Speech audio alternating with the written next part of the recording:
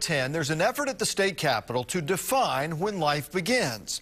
But 2 News reporter Liz Bryant found some who say there may be unintended consequences. Liz?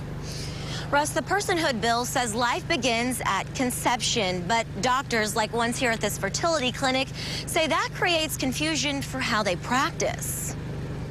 This is a day 1 fertilized egg. It's all about day 1 for Dr. Stanley Pro, as he and lawmakers disagree about when life begins. They're arguing that fertilization and conception are the same thing, and I will assure you that from a medical and biological standpoint, they are not. Pro is concerned Senate Bill 1433 impacts his patients and his practice. It doesn't say what the penalties are if you violate this law.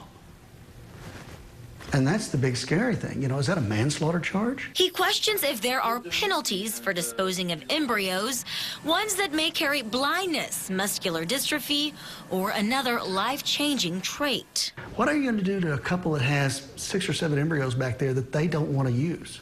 And they ask us to dispose of them. And we go, we can't dispose of them.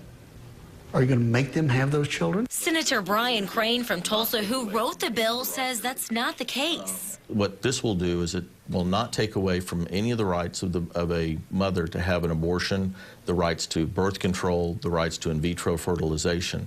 It just goes forward and says that there are certain rights that a child has. But the bill does not define what those rights are.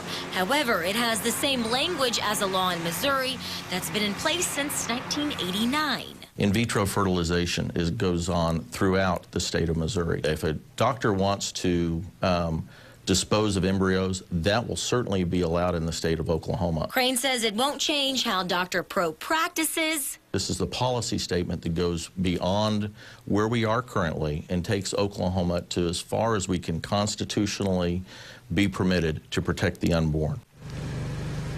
Now, this bill passed the Senate. It is in the House. If it clears there, it goes to Governor Fallin, who has the final say.